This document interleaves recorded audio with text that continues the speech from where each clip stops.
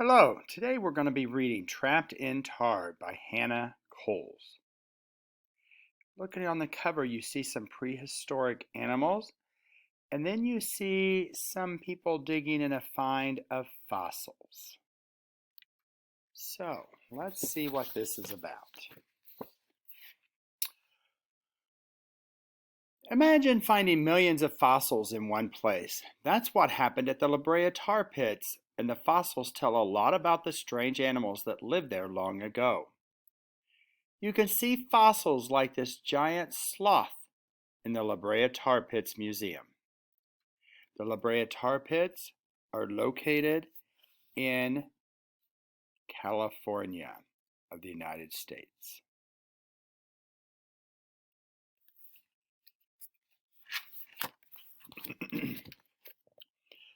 Long ago, animals jumped into what they thought were pools of water. But the pools of water were really filled with black, sticky goo that people call tar. The tar is a thick oil called asphalt that oozes up from deep underground. At the bottom, there's a graphic source of La Brea Tar Pits timelines. More than 50,000 years ago, about 100 years ago, and today.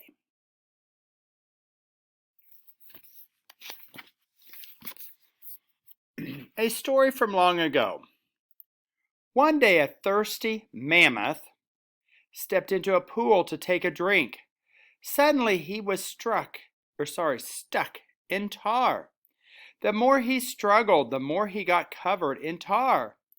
In a panic, he trumpeted loudly. A hungry, dire wolf heard him. A mammoth was a tasty meal for a wolf pack. So the wolf jumped into the tar, and she got stuck too. It was the end for both of them.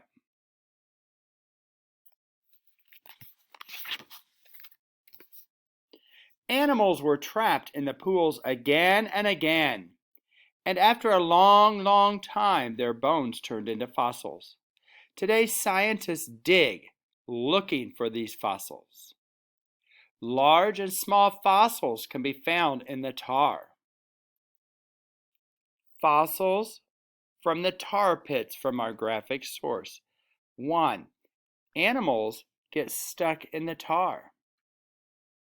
Their bones sink in the tar. The bones become fossils in the tar.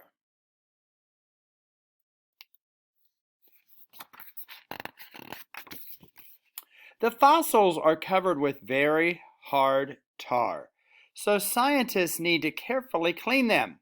It takes a lot of work to get the tar off each fossil. The workers must be careful as they clean the fossils. So they're getting the fossils out of the tar, and they're very dirty with tar on them, so it takes a long time to clean them.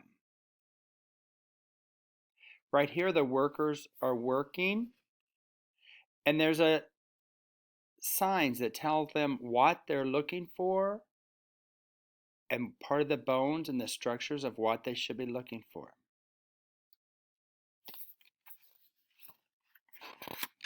Next, scientists fit the clean fossils together to make a skeleton. It's like putting together a very hard puzzle. Then they can study the animal's skeleton, and sometimes what they discover can be amazing. On this next page, there's an information. An American mastodon. Diet. It eats leaves, twigs, and branches.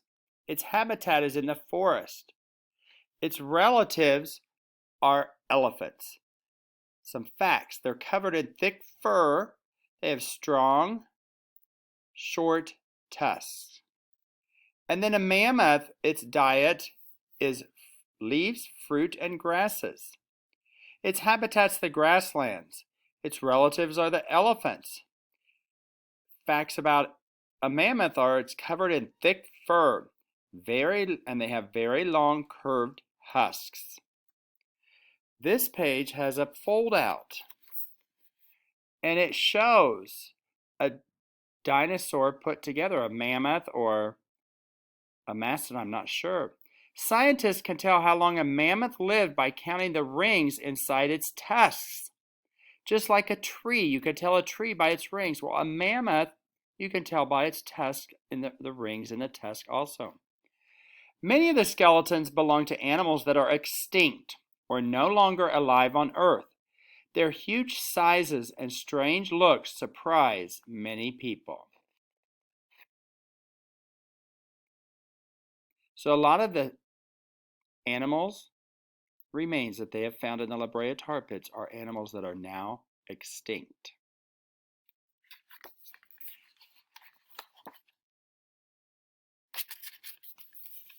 Some more fact sheet on animals. Over here we have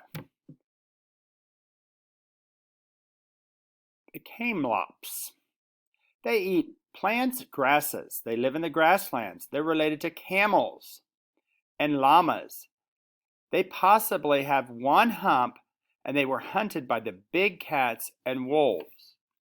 A dire wolf, remember, the dire wolf was there wanting to go into the mammoth.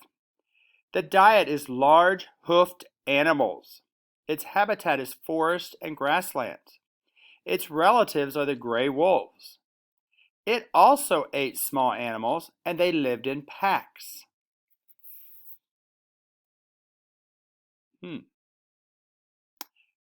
The Smilodon.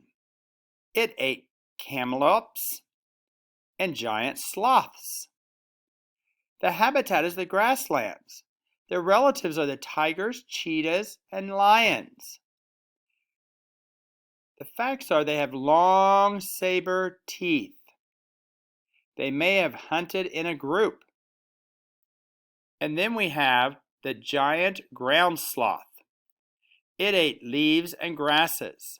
The habitat is the grasslands, and the relatives are tree sloths.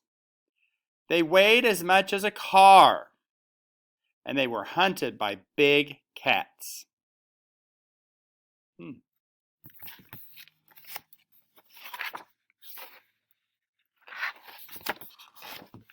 This book has a glossary on the back. A glossary is in a nonfiction book where it has specific words like a little dictionary of the book. So in the glossary, it has a dire wolf. That's an extinct wolf related to the wolf that lives on Earth today. Extinct means no longer alive on Earth. Fossils are the remains or traces of things that lived long ago. A mammoth is an extinct elephant-like animal with thick fur and long curved tusks. Tar, a sticky oil that seeps up from underground. More about La Brea. The tar pits and fossils are part of the Page Museum and Hancock Park in Los Angeles, California. For more information, you can go to www.tarpits.org and find out and look about what's happening there now and in the past. Okay, the mammoth and dire wolf lived many millions of years ago. After the dinosaurs became extinct. These furry animals lived during the Ice Age, when much of Earth was covered by ice and snow. By the time the ice melted, many of these animals had died out. Scientists are not sure why, but studying fossils from the tar pits may give them the answers of why they died out. So, we've talked about kinds of books. What kind of a book is this?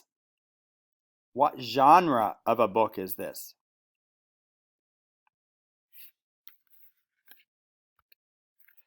We also, in this book, found many graphic sources.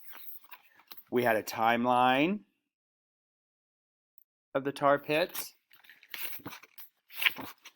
We had um, uh, pictures that show the transition through the tar pits of what happens to the animals. Their bones sink, they become fossils. And then we had sections of just information about different animals. When you read nonfiction books, you also need to read the graphic sources. You need to read about the pictures, the captions. You need to read graphs, look at the graphs, charts, diagrams. Look at the information boxes or information sources. Those are all important when reading nonfiction books. Hope you enjoyed Trapped in Tar.